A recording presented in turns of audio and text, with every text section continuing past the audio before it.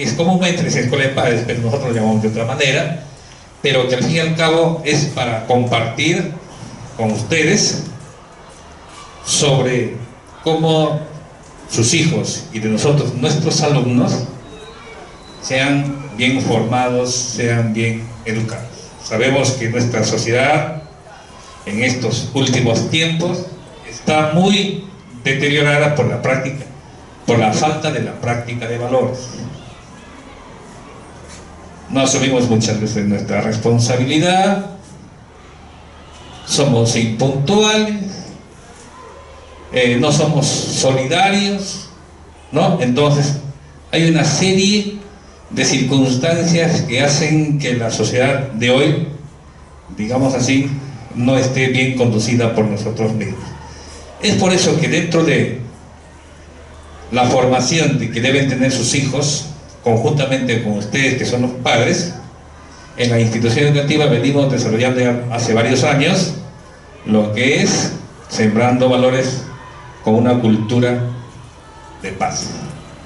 Es por ello entonces, dentro de las actividades tenemos hoy la presencia de la doctora Mildred Paredes, que ella es docente de la Facultad de Educación de la Universidad Nacional Mayor de San Marcos, que es nuestro aliado en este proyecto. Ahí tenemos a la doctora Mildred, un fuerte aplauso para ella, por favor.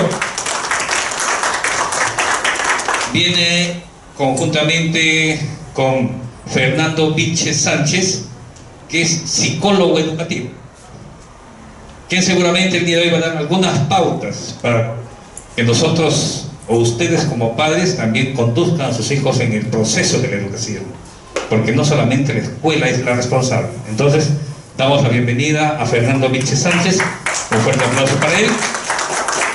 Y obviamente todo esto es liderado por la doctora, ¿saben la doctora? Siempre nos acompaña, a ver si se acuerdan. La doctora Delia Barca, claro, ahora no está presente, pero su representante está acá, el señor Claros, también, que forma parte del equipo de Sembrando Valores por una Cultura de Paz. Entonces, en ese sentido, sin más preámbulos, y nuevamente agradeciéndolos por su presencia, porque queremos sembrar en ustedes una semilla que germine, y los productos, los resultados, los frutos los vamos a ver en la formación de sus hijos. Muchísimas gracias, y yo lo dejo con el psicólogo educativo Fernando Vilches Sánchez. Muchas gracias primero a la doctora Mildred de Rotary Club por la invitación y a ustedes por su asistencia el día de hoy.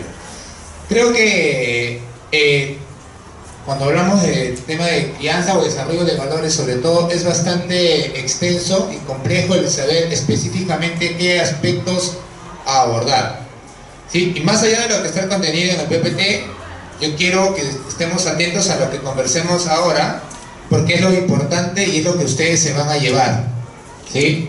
A partir de que compartan sus inquietudes, compartan sus necesidades y de ahí, en esa manera, vamos a ir conversando. Bien, entonces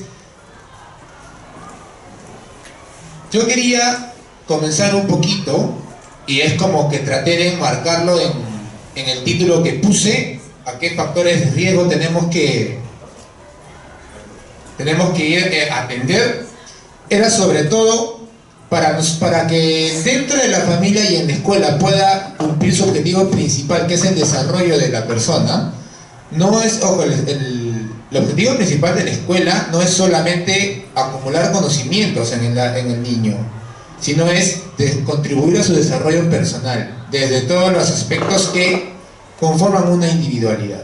Y uno de los grandes aspectos que conforman la individualidad es el sistema moral, que específicamente se desarrolla con los valores. Es aquellos valores que son las pautas o normas que van a que cada persona va adquiriendo para que regule su comportamiento en cualquier entorno o contexto en el cual se va a desenvolver. Y cuando hablamos en edades tempranas como niños y como infantes, es decir, chicos que están en nivel inicial y en nivel primaria, es importantísimo los entornos inmediatos donde esto se desenvuelve. ¿Y cuáles son los entornos inmediatos donde los niños se desenvuelven? Pues obviamente es el hogar y es la escuela. La escuela, sobre todo, es el aquel lugar donde pasan casi un gran porcentaje de su vida. Entonces, es en ese lugar, y en tanto en la escuela como en el hogar, donde se tiene que poner mayor énfasis para que se pueda reducir el nivel de impacto negativo de aquellos riesgos o factores de riesgo que pueden encontrar en su entorno. Entonces, previo a eso, nosotros primero en el hogar tenemos que instaurar pautas claras y un estilo único entre padres y madres, que quizá muchos de ustedes ya lo saben, o por lo menos lo han conversado en algún momento, o por motivo de venir a la escuela de familia, que seguramente hace el colegio, lo han tocado también. ¿Y por qué yo hablo de estilos de crianza o pautas establecidas claras? Para que ustedes puedan entender y saber cómo proceder frente a algún tipo de dificultad que pueda presentar sus hijos. Entonces, en ese sentido, yo quiero comenzar, si ustedes pueden decirme más o menos qué estilo de crianza identifica a su familia, para poder ir a partir de ello comenzar la explicación. Activa. Coméntenme un poquito, ¿qué estilos saben, no saben? Y a partir de eso vamos nosotros construyendo y dando las pautas. ¿Alguien puede decir, a ver? Ejemplo. A ver, un ejemplo, a ver, el estilo, a ver, frente a un problema o a una falta que cometa o que haga su pequeño, ¿cómo lo corregimos, por ejemplo? A ver, a eso se refiere, y de esa manera cómo nosotros vamos actuando casi siempre con la mayor frecuencia. A ver, sobre todo cuando se relaciona mucho con las notas. A ver, cuando mi hijo obtiene malas notas o trae un reporte en la agenda o en el cuaderno de control porque no copió, porque estuvo jugando, o de repente porque hizo algo, salió sin permiso del salón. O no firman la agenda. O no firman la agenda. ¿Cómo nosotros reaccionamos? A ver, con mayor frecuencia. Le grito, trato de reflexionar, de repente ya me voy hacia el otro extremo, hasta le puedo dar un palmazo, o ¿cómo? ¿Cuál de esas tres? O de repente ya el último que no le digo nada, absolutamente. Cada uno de los errores, para corregirlo, sin falta de tiempo, gritamos. Le damos atención gritando. Gritando. Entonces, a ver, un estilo es ese, que siempre o casi siempre reaccionamos de esa manera, gritarle y como preguntándole, ¿pero por qué no has hecho? ¿Pero qué has estado haciendo? ¿Por qué no has hecho lo que la profesora ha dicho? Yo siempre te digo, o como dicen los papás, ¿no? Yo siempre le hablo a mi hijo, porque la profesora siempre me pone en la agenda, converse con su hijo. Yo siempre converso con mi hijo. Y hasta me canso yo mismo de conversar, hasta yo mismo me aburro. Si mi hijo se aburre, yo doble me aburro porque siempre le repito lo mismo. Entonces, por ejemplo, el estilo que se caracteriza porque siempre el padre o la madre, en este caso, reacciona de una manera agresiva, impulsiva también, en el sentido de que va directamente al castigo, sin mediar reflexión o diálogo alguno, y siempre lo hago, es el primer estilo que hablamos, el estilo de crianza autoritaria. El padre impone lo que dice sin escuchar, sin mediar algún tipo de idea del hijo, ¿no? Y dentro de esa forma de imponer está también aplicando cierta violencia, a pesar de que no llegando al contacto físico, está aplicando cierta violencia. Y eso es muy importante, ¿por qué? Porque si yo aplico ese mismo estilo casi siempre o siempre en la crianza de mi hijo, al final, cuando llega a edades mucho más avanzadas, el producto como persona que va a ser mi hijo o vuestros hijos, pues puede ser, por ejemplo, estoy formando, contribuyendo a que haya adolescentes que no van frustrados, poco intolerantes, y eso va a ser una manifestación de su inseguridad, de su poca capacidad para resolver problemas, en el sentido de que no va a tener dificultades para integrarse a grupos. ¿Por qué?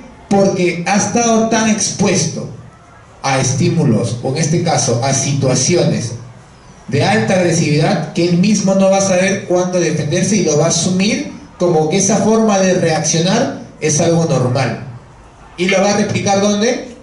En el colegio ¿O dónde lo va a aplicar después? Si hablamos mucho más a futuro, cuando sean personas adultas.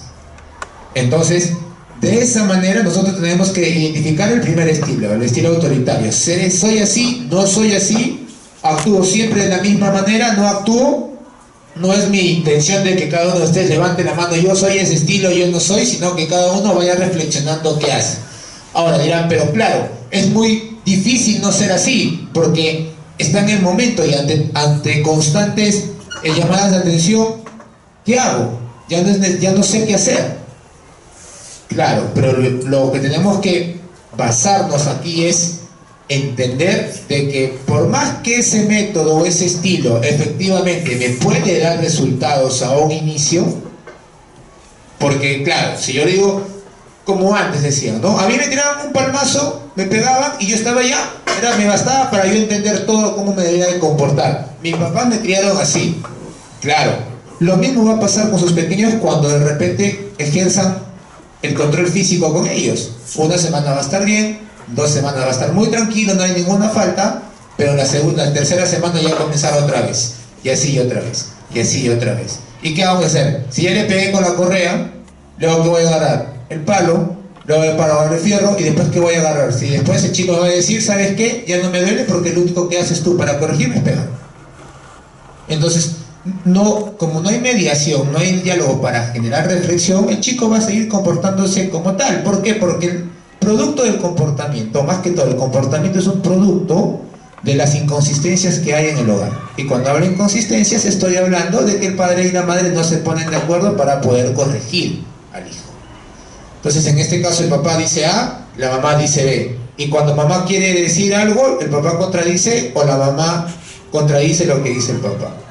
Entonces, en ese sentido hay un gran error, por eso llamamos inconsistencias. Y cuando en un hogar hay inconsistencias, ese mismo desorden, falta de planificación, falta de reflexión, se va a manifestar en el comportamiento del niño, y sobre todo de niños pequeños, porque ellos van absorbiendo y generando modelos de comportamiento, y los primeros modelos son los padres.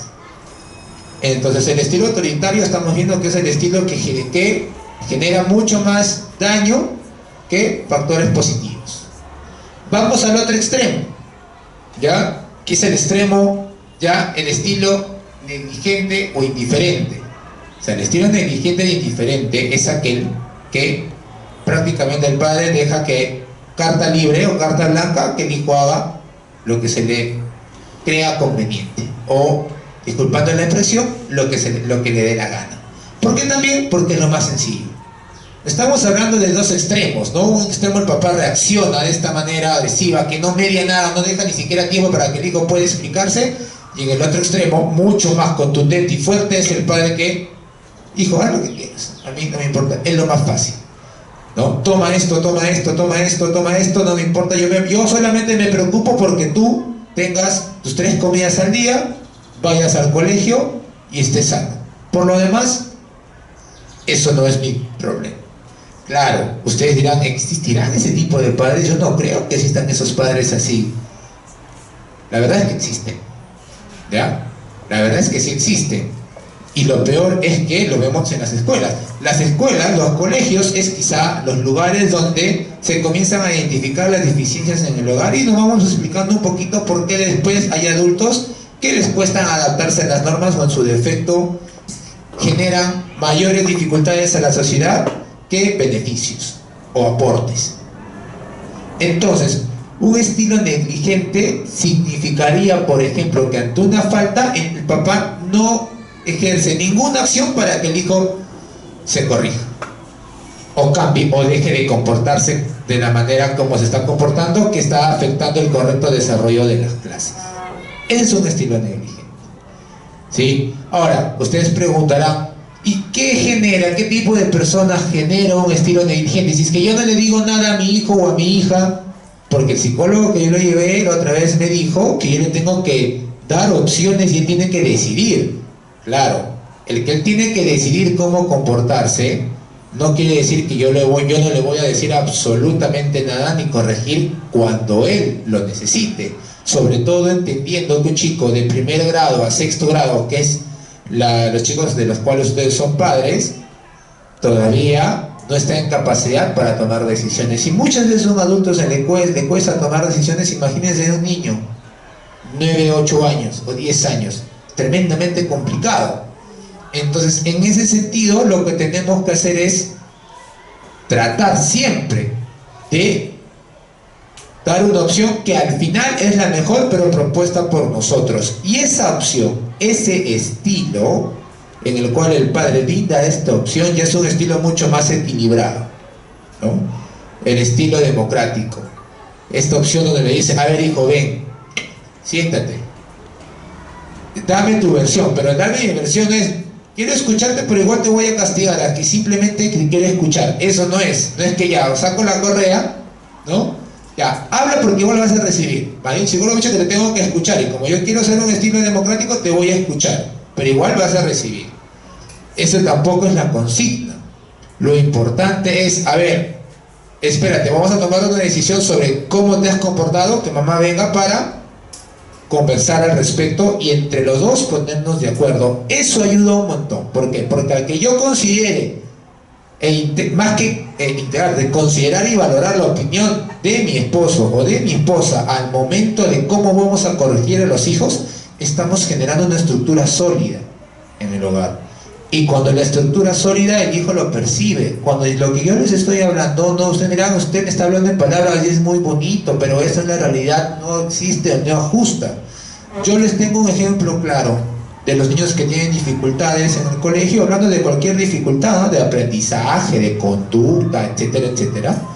Cuando vemos niños que no tienen dificultad, y los que sí tienen dificultad entendiéndose como reportes constantes de los profesores en la agenda, etcétera, etcétera, cuando analizamos a ver cómo es la dinámica familiar, aquí cuando le preguntamos al niño, ¿qué hace? ¿Cómo te castigan tus papás? No me castigan, me quitan lo que quiero, no me dejan jugar, o ya no veo televisión, o ya no salimos a tal lugar, y aquí tú haces más caso. La verdad que tengo que hacer caso a los dos, porque papá, así yo digo algo, mi mamá dice lo mismo, y voy con mi mamá, mi papá dice lo mismo, así que al final tengo que hacerle caso de igual.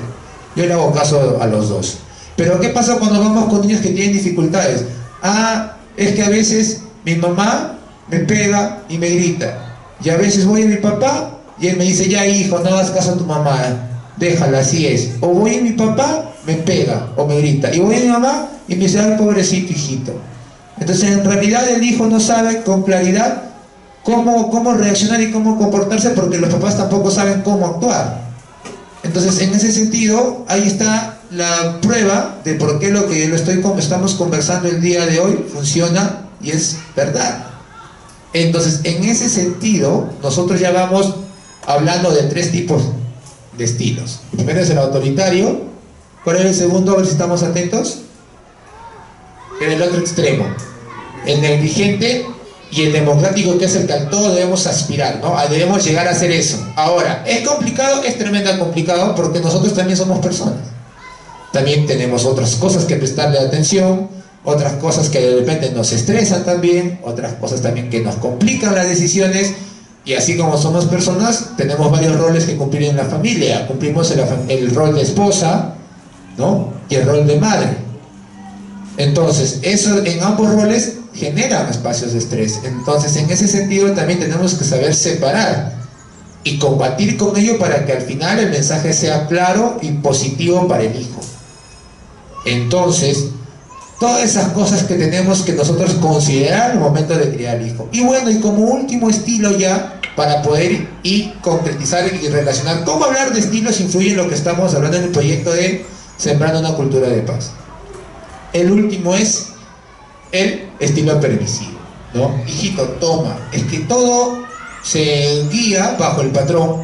Lo que a mí no me dieron en mi infancia, mi hijo lo va a tener todo. Lo que yo no tuve, mis padres no me pudieron dar, yo se lo voy a dar, porque yo sí sé lo que es necesidad y yo no quiero que mi hijo pase necesidades. Entonces, bajo esa premisa nace su contraparte, que lo que yo digo, al hijo no se le da lo que pide, se le da lo que necesita, simplemente. En ese sentido, lo que tenemos que llegar al acuerdo también es, sobre todo con el esposo, con la esposa. Cuando la madre a veces le dice, ¿no? Es a su esposo, hay que comprarle una laptop al chico para que haga su tarea. Y le digo, muy bien, ¿y cuántos años tiene su hijo? 8 años, una laptop con internet, con todo esto, con todo esto, con todo esto. Yo le pregunto, señora, y luego después, ¿cómo va a controlar el correcto uso de esa máquina o de ese instrumento que le está comprando? ¿Usted para en su casa? No, no estoy, yo trabajo. ¿Quién lo va a cuidar? ¿Quién lo va a controlar? No, es que pero lo necesita, un ratito, ¿lo necesita realmente? Digan, un chico de 8 años necesita lo que todas estas cosas, no. ¿Necesitará un celular? No. ¿Necesitará 24 horas de internet? No. Entonces, pero lo tiene. Y muchas veces nosotros decimos, es que en el colegio me piden que busquen internet, pero ¿es necesario eso también? Es necesario que yo le dé todo ese tipo de beneficios, porque son beneficios a un hijo cuando sobre todo todavía no tiene la capacidad de autocontrolarse y controlar todo eso, porque en la medida que nosotros vamos dando mayores beneficios, estamos acrecentando más cosas que el padre tendría que controlar. ¿Ya? Entonces, si yo le doy más cosas a mi hijo, yo tengo que ser consciente de que tengo que tener el tiempo sobre todo, y la consistencia, y sobre todo la exigencia de que puedo controlar todo.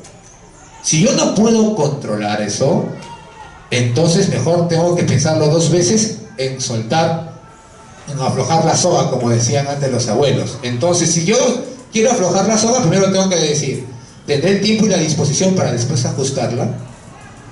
Entonces, si no la tengo, ya estoy cometiendo un error. Y eso comienza sobre todo cuando los papás vienen y dicen, psicólogo, mire, yo tengo esto, mi hijo tiene problemas en el colegio, dice que no comparte, no trabaja en equipo, no entiende a sus compañeros, grita, hasta inclusive llega a pegar, y tiene bajas notas en la casa, para pegado a la computadora, para pegar a la tablet, para pegar al celular, etcétera. Te digo, señora, dígame, a ver, ¿te quieres el celular? De él. ¿Te quieres la tablet? De él. ¿Por qué hay internet en su casa? Para que haga sus tareas.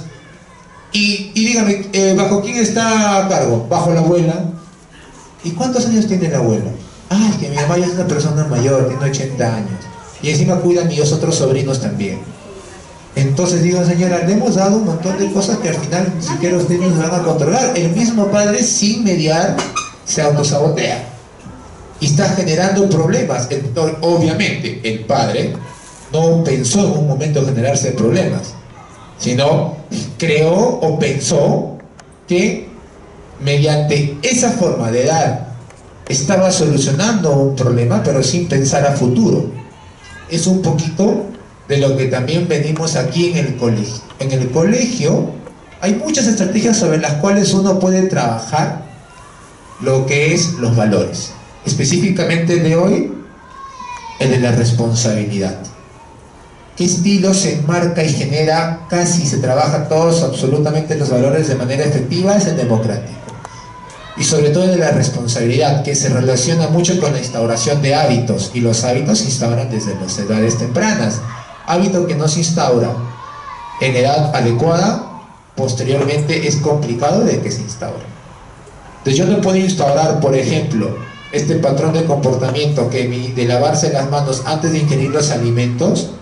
Si no lo instauro a los 3, 4 o máximo 5 años, yo no le voy a pedir que un adulto de 30 se acostumbre a y se lave las manos religiosamente antes de ingerir los alimentos, por más que sea un adulto que tenga todas las capacidades y que sepa todo. ¿Por qué? Porque ese hábito se instaura en esas edades. Son los hábitos de autonomía, de cuidado del cuerpo humano. ¿Y dónde se desarrollan esos hábitos? En primer lugar, en la casa. ¿Y dónde se refuerza? En el colegio. Por algo siempre en inicial se trabaja mucho el tema de alimentación, de la lonchera. El tema de lonchera no solamente está simplemente por generarle una carga de trabajo más al papá o a la mamá que tiene que levantarse temprano para mandarle un refrigerio al hijo, sino tiene una razón tanto psicológica como también nutricional, que es obviamente que los niños desgastan y requieren mayores ingesta de alimentos por la carga de trabajo y de demanda que van a hacer en el colegio. Entonces, si es que yo no instalo ese hábito, por ejemplo, con esa chiquita situación que les estoy describiendo, yo no voy a pedir que a un adulto de 30 lo haga. Igual con el cepillado de dientes, igual con el tema de generar empatía con el otro, etcétera, etcétera, etcétera. Entonces, ¿Por qué generar adultos responsables? No solamente generar o desarrollar la responsabilidad de nuestros hijos implica de que ellos hagan lo que nosotros les decimos que hagan, o que ellos reconozcan que tienen deberes que cumplir. Es decir, no solamente ser responsable implica que haga lo que se le dice, sino de que ellos mismos tengan iniciativa y reconozcan que tienen deberes y que los deben de cumplir y que los deben de realizar, haya o no haya quien los supervise. Entonces, ese es ser responsable, en la primera parte. Y la segunda gran parte es que a partir de las acciones que ellos hagan, también asuman las consecuencias de dichas acciones. Y asumirlas no quiere decir solamente sí, mamá, me equivoqué, sino es perfecto. ¿Qué haces tú para resarcirte? Para que no lo vuelvas a cometer. Eso es ser responsable. Muchas veces pensamos que el ser responsable solamente es, bueno, a ver, discúlpate Juanito con Raquel. Discúlpame Raquel. Ya está. ¿Pero por qué se disculpó? Porque le tiró un manazo, una cachetada a la pequeña. Ya, perfecto. Ya me disculpé con Raquel. Ya, perfecto. Mi hijo es responsable porque mi hijo ya asumió su culpa y ahora ya le pidió disculpas. Pero falta el segundo. ¿Cómo me aseguro que ese niño en un futuro no le vuelva a repetir lo mismo? Ese es el otro, quizá el 50% que nos falta casi a todos los padres, ¿no? El verificar, ¿qué hago para que ese comportamiento no se presente a un futuro? Eso implica de que mi hijo realmente asuma las consecuencias de sus actos. No solamente el que pedir disculpas bajo esa situación determinada es suficiente, sino que tengo que hacer alguna acción que lo lleve a mi hijo a que no vuelva a cometer el mismo error. Ese es ser responsable. Otro ejemplo de responsabilidad también es que por propia iniciativa yo comience a hacer mis deberes y sea consciente de que sea consciente que mis acciones generan un impacto primero positivo en mí y en otras personas que no necesariamente son parte de mi familia. Y como parte de ello es importantísimo, sobre todo, que el hijo entienda de que todo su comportamiento afecta a un grupo. Y cuando hablo de este grupo, hablo desde más pequeño, que es la familia, un poco más grande, que es el colegio, y uno mucho más macro, que es la sociedad. Y eso se engloba por eso hacia la cultura de paz, que es aprender a convivir, ¿no? Que es lo complicado. El peruano, nosotros vemos nuestra sociedad. ¿Sabemos convivir? Díganme, ¿sabemos convivir? No. Lo vemos desde el ejemplo del tráfico. Justo a estas horas. Complicada la avenida La Marina, ¿no? ¿Pero por qué hay tráfico? Porque todos se meten con sus autos, ahí tocan la bocina y todos quieren llegar primero.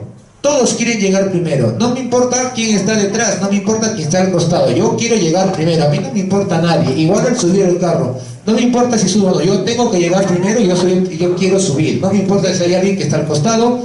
No me fijo si hay alguien que necesita más que yo. Eso se llama aprender a convivir. Eso es convivir en una cultura de paz. Y para si queremos lograr una cultura de paz, tenemos que desarrollar los repertorios básicos, sobre todo en los valores, y específicamente la responsabilidad es uno de ellos.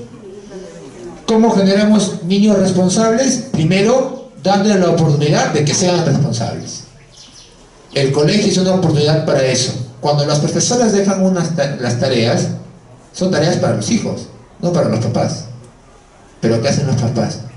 Ay, han dejado una maqueta. Ya voy a decir el señor de acá y un señor que por 20 soles hace la maqueta. Ya toma, hijo, toma, por favor, señor, hace todo esto, 20 soles. Y yo digo, tú solamente vas a exponer, vamos, acuérdate, vas a poner todo lo que te acuerdes. Pero yo digo algo, profesoras, ¿ustedes dejan tareas para mí o para las maquetas? O perdón, para los señores que hacen maquetas.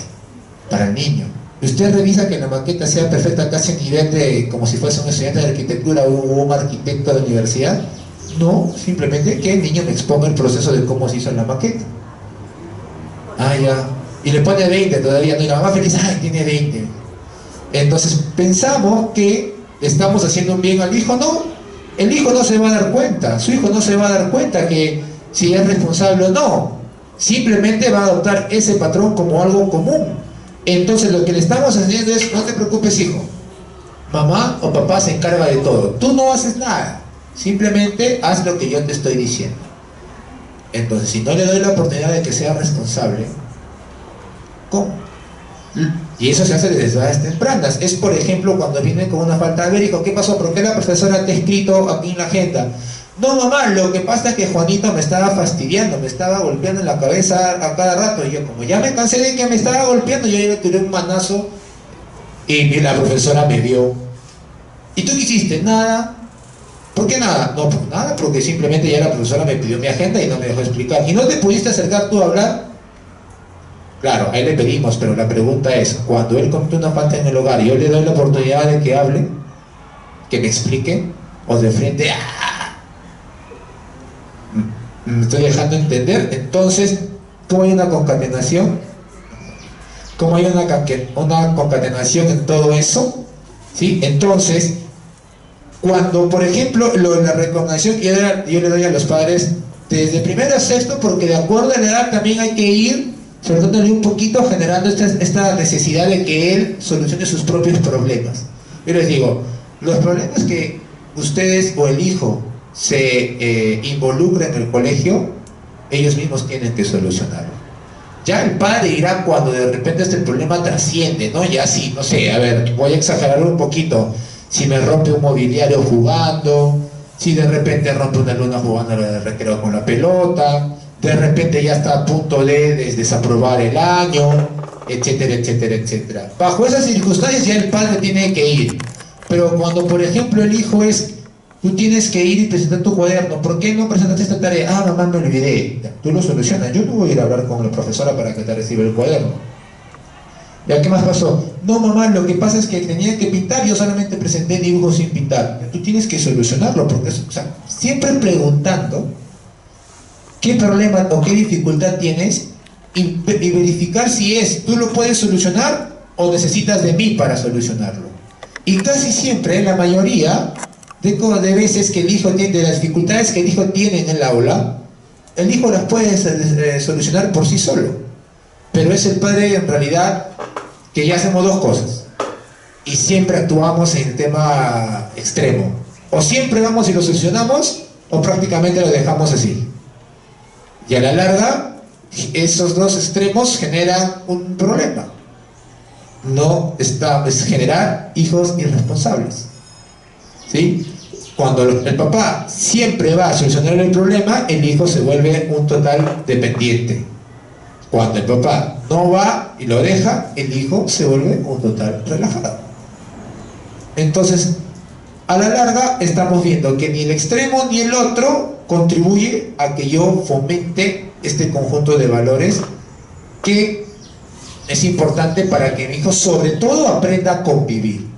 Y es lo que a nivel mundial, y no solamente es una necesidad de nuestro país, a nivel mundial es una carencia. El aprender a convivir, el aceptar las diferencias. Y el aceptar las diferencias está ser empático, entender que mi compañero piensa y siente de diferente manera. Que si mi compañero para mí puede ser algo gracioso, para mi otro compañero no lo es. ¿No? Que si mi compañero de repente, si a mí no me fastidia que me digan chato, de repente a mi otro compañero sí le fastidia que le digan igual. O de repente a mi otro compañero, que yo soy gordito, le digo que hoy es gordo, a mí me da risa, pero a mi otro compañero no le da risa. Entonces no tengo por qué relativizar en el sentido de que, ay, pero si es una palabrita, pero si a mi hijo le da risa y también es risa, eres chato, pues está bien, pero no hay derecho de que yo le diga eso al niño. Es gordo, está bien, pero no hay derecho de que yo le diga al niño.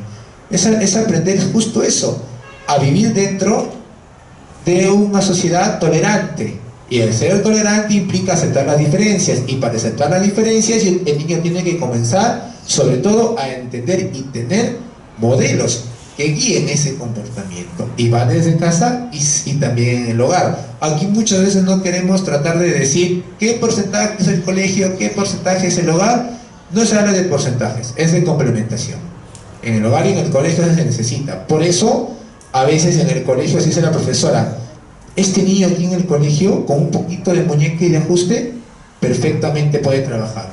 Pero eso me evidencia a mí que si la mamá me dice, mi hijo no trabaja, no me hace caso, eso quiere decir que en mi casa no hay un buen ajuste, una buena muñeca, en el sentido de que no hay un esquema estructurado y una columna vertebral que guíe la forma en cómo se va a criar a los hijos. Parte importante, por ejemplo, y es algo que se está trabajando y que a veces todavía no tenemos la conciencia suficiente del aprender a convivir, es el tema de la conciencia ambiental. O sea, muchas veces nosotros pensamos, me hablan de conciencia ambiental, de hay que reciclar, etcétera, etcétera, etcétera, pero no lo vemos como algo importante. El producto de este frío intenso es producto de que el ambiente cada vez más nos está mandando mensajes, pero no lo estamos interiorizando, porque una de las grandes dificultades, y lo que nos dicen las investigaciones, es que una de las sociedades que menos se proyecta a futuro es el peruano.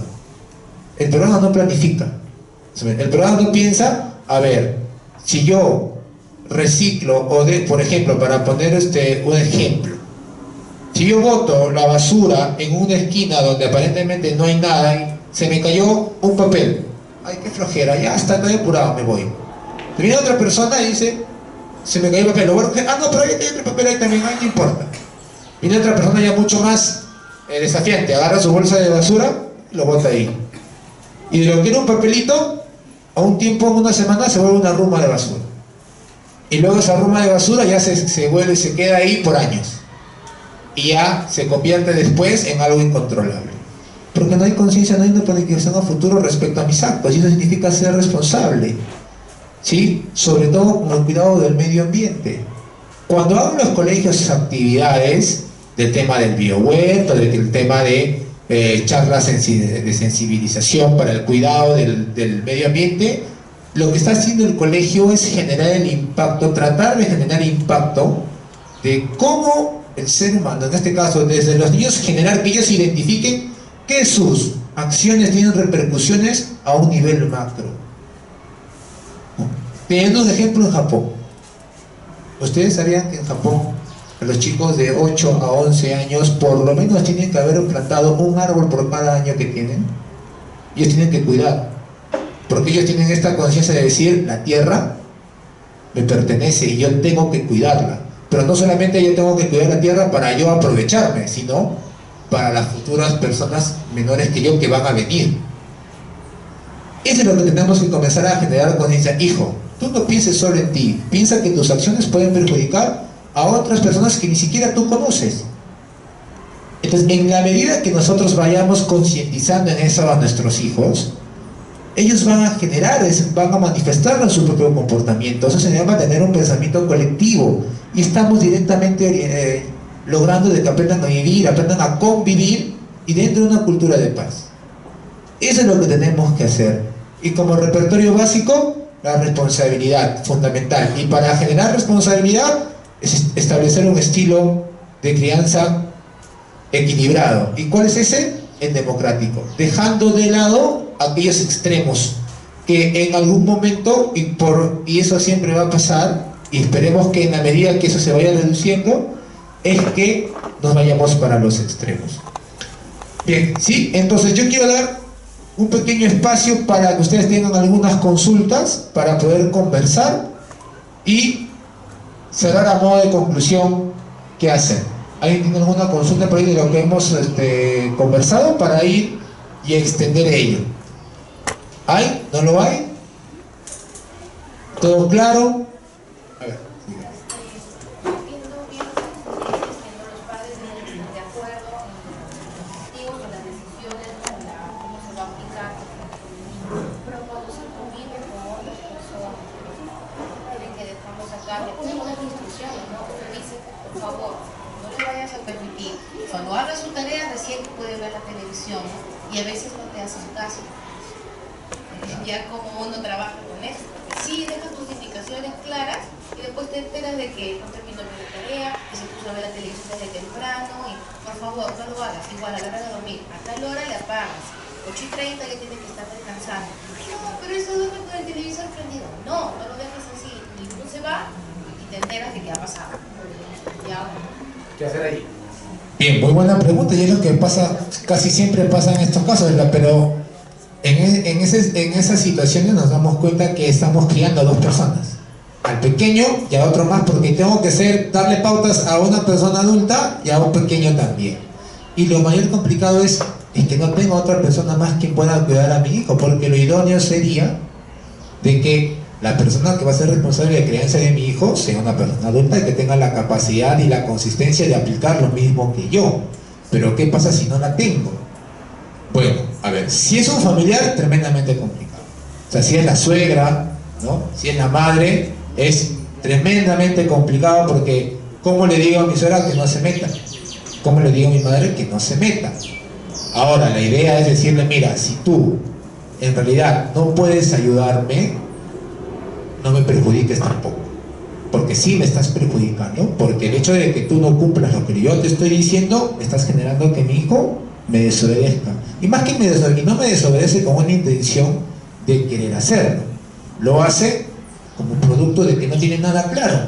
O sea, estoy con la abuela, con la nana, etcétera. Ella me dice todo sí, sí, sí, sí. Y del día de las 12 horas o 18 horas que estoy despierto, 10 horas paso con ella, 2 horas paso con mamá y las otras horas estoy durmiendo. Entonces, prácticamente, ¿cuál va a tener influencia mayor? La forma en cómo me está criando la nana, cuidando la nana. En ese sentido, bueno, yo le recomiendo a los papás, conversen claramente, traten de conciliar hasta la última posibilidad, y si no logran el resultado, es decir, si no me vas a ayudar, no me perjudiques, por esto, porque mira lo que estás generando. O sea, tú tienes 25 años y él tiene 6, entonces no puede ser que un niño de 6 tenga mayor resistencia en cuanto a decisiones que alguien de 25, ¿no? Ahora, tampoco el de 25 va a perder los papeles, simplemente es cuestión de ser firme y consistente. Voy, si le apago el televisor, le apago y me voy. Pero mamá, le apago y me voy. ¿Qué pasó? Sabes que tienes que dormir con el televisor prendido, perdón, apagado. Pero mamá, ya está, listo. Muchas veces creemos que la autoridad se impone quien grita más, ¿no? Por eso cuando estamos en una discusión de adultos, se dan cuenta que por qué la gente grita, y piensa que se exacerba y se desespera, y que grita más es el que va a ganar, y porque quien tiene la última palabra es el que gana. El que tiene la última palabra no es el que gana, el que tiene la palabra es el que se te mantiene controlado. Y sobre todo, ustedes no han percibido eso. Cuando tengan una discusión, traten ustedes de quedarse callados o calladas y mirar tranquilo mirando, y la otra persona que grite. La otra persona se va a desesperar más por gritar, porque no encuentra una reacción positiva en ti, porque lo que quiere es desequilibrarte, para que tú también, al desequilibrarte, ya no sabes qué hacer y vas a gritar. Entonces, un punto mucho más vulnerable. Yo por eso le digo a los papás, cuando tienen una discusión, sobre todo con hijos adolescentes, ustedes no tienen por qué gritar. Su hijo quiere que ustedes griten, su hijo quiere que ustedes se desesperen. Ustedes tienen que mantener la calma y decirle, tú ya sabes lo que va a pasar, y actuar en base a lo que ustedes han advertido. Lo mismo pasa con adultos. Los adultos igual, y los adultos se exasperan más todavía cuando ven a alguien controlado, más todavía, se desesperan, no sé, es como que si les molestara que alguien se controle, ¿no? Entonces, tranquilo, y luego poco a poco esa actitud se va a disminuir. ¿Otra pregunta por ahí? Sí. Yo creería que no todos los estilos de crianza son absolutos. O sea, no siempre vamos a ser democráticos, porque no es posible. Habrá circunstancias en que es necesario ser autoritario, como en el momento de decir hay que apagar el televisor. Hay que ser autoritario porque es el momento necesario para hacerlo. Evidentemente, lo mejor es ser democrático siempre. Si quieren hacer, nos ponemos todos de acuerdo y vamos adelante, ¿no? O habrá momentos en que es necesario también ser flexible y dejarlo hacer, porque también es importante que el niño tenga experiencias propias. No podemos simplemente contarle y decir lo que va a pasar cuando él no lo ha experimentado. Entonces habrá que dejarlo hacer en algún momento, pero siempre controlado, sabiendo que lo que puede pasar no le va a dañar al niño. Entonces, no siempre los estilos de crianza van a ser absolutos, y va a ser necesario que nosotros digamos en qué momento aplicar ser autoritario, en qué momento ser democrático, en qué momento ser inteligente. Si no, no hay forma de que el niño crezca y aprenda todas las cosas que debe aprender. Lo que sí coincido con usted en que hay que explicar. ¿Qué va a pasar si él hace lo que él quiere hacer? Va a pasar esto, ¿no? Y finalmente el padre tiene que tomar la decisión. No el niño. No, el niño es el que tiene que obedecer, porque así tiene que ser la formación. El niño tiene que obedecer tanto en la casa como en el colegio. porque les estamos guiando. Y si no obedece, van a haber consecuencias. Y esas consecuencias las tiene que saber. Es lo que creo que lo más importante que deberíamos enseñar a los chicos. Tal cual, justo lo que dice el caballero tiene mucha razón, por eso la recomendación iba a no ir ni al extremo, ni a ambos extremos, que es el tema que solamente soy siempre autoritario y siempre soy ya negligente o permisivo, que absolutamente no le digo nunca nada, sino ponerme en el punto medio, que es el democrático. El democrático es, escucho, pero al final la decisión, la mejor decisión, la voy a tomar yo. Y sobre todo en edades, pues ahora que vamos al caso no lo voy a decir, a mi hijo de 7 años, el psicólogo ha dicho que hay que ser democrático. Hijo, tú decides. Entonces al final el hijo, o sea, el error no es del hijo, el error es del padre, ¿no? O sea, nos estamos dando cuenta que es un tema bastante de criterio, ¿no? Ahora, en ese sentido también es no actuar siempre de la misma manera a rajatabla, sino el democrático me permite a mí, en algún momento tengo que ser firme y yo imponer la mejor decisión porque es tan necesario y es lo que requiere, y lo urgente también, y no ser permisivo ni negligente, sino saber en qué momento ser flexible, ¿sí? Sobre todo pensando siempre cuál es la mejor decisión para todos. Bien, no sé si hay otra pregunta para ir cerrando la presentación de hoy. Bien, entonces yo les agradezco su participación y lo importante, sobre todo si es un mensaje final, es que cualquier proyecto, más allá del curso o área, contribuye a generar esas grandes capacidades y habilidades en el niño para aprender a convivir, sea trabajando en el biohuerto, sea trabajando haciendo danza, sea trabajando haciendo arte, sea trabajando matemáticas, o sea jugando el mismo juego. Eso ayuda a desarrollar habilidades. No menospreciemos que no, es que mi hijo viene al colegio para aprender conocimiento, no. Recuerden siempre, el niño viene al colegio para desarrollarse como persona, y una de las aspectos es la parte intelectual, pero lo más importante es la parte personal también. Entonces, en cualquier actividad que incluya grupo, yo tengo que aprovechar al máximo, sobre todo eso, para aprender a convivir, que es una de las grandes necesidades que requiere por años y lo va a seguir requiriendo la sociedad nacional y mundial. Entonces, en eso tenemos que trabajar. Y bueno, el trabajar, por ejemplo, el tema del biohuerto contribuye a ser esquemático, ser ordenado, ser organizado y planificar. Claro, algunos lo harán con mejor resultado porque les gusta y les encanta, a otros no. Pero lo importante es, como yo digo a los chicos también de los colegios con los que trabajo, una cosa es que me guste o que no me guste. Me puede gustar y no gustar una tarea, una actividad. Eso no hay problema, eso es válido, eso no está mal. Lo que está mal es que si yo digo, bueno, como me gusta, soy responsable, pero como no me gusta, soy irresponsable. Eso yo no le puedo dejar que mi hijo se desarrolle y tenga ese pensamiento. La responsabilidad no es selectiva, la responsabilidad siempre es permanente. Yo tengo que ser responsable más allá si esta tarea o actividad me gusta o no me gusta. Y ese es el mensaje final que yo les quiero dejar para todos ustedes. Y gracias al Rotary Club por la invitación y a ustedes por su asistencia. Un fuerte aplauso al psicólogo Fernando Vilches, que acaba de compartir con nosotros un importante tema. También le agradezco, digamos, en nombre del Rotary Club San Martiniano y de la institución educativa, y a ustedes por su, digamos, presencia, dado incluso a pesar del clima. Estamos preocupados al inicio porque había pocos padres de familias, sabíamos que no iba a ser muy concurrido, y el profesional invitado en esta ocasión tenía una ponencia de 1 hora y media más o menos, un taller, algo así, pero respetando también que cada uno tiene que hacer, digamos, cosas, entonces estamos terminando. Por eso le agradezco nuevamente por su capacidad de síntesis para poder compartir un tema tan importante en tan poco tiempo. Pero felizmente la grabación la vamos a colgar a YouTube. Hemos pedido permiso para hacerlo, para que los padres que no han podido venir, ahí ustedes tienen, las profesoras también, el blog de Rotary Club San Martiniano, en el Facebook también se va a colgar. Fíjense, nosotros como Rotarios tenemos 11 años trabajando en esta institución educativa. Hemos trabajado en otros colegios también. Pero justamente lo positivo de este colegio es que nos han abierto las puertas 3 direcciones, ¿no? El profesor Nelson Mori Yoplac, que ha sido director del colegio, fue el que comenzó, digamos, el año 2009, el inicio de este proyecto, y luego la directora que siguió, y ahora el profesor Arturo Mendoza de Collantes, ¿no? Entonces nosotros estamos como Rotarios trabajando 20 años en servicio a la comunidad, pero nuestro movimiento tiene 115 años y este domingo cumplimos 20 años.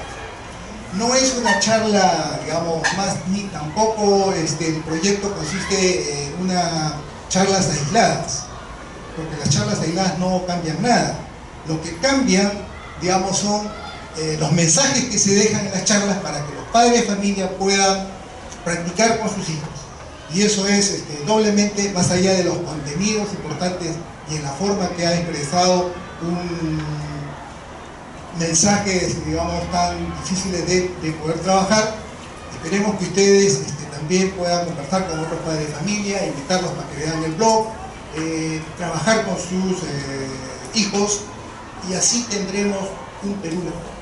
Eso es el objetivo del proyecto, sembrando valores para una cultura de paz. Muchísimas gracias a ustedes por venir, y a la Universidad de San Marcos, que también nos viene apoyando en nuestro proyecto, y otras instituciones como Estela Mar.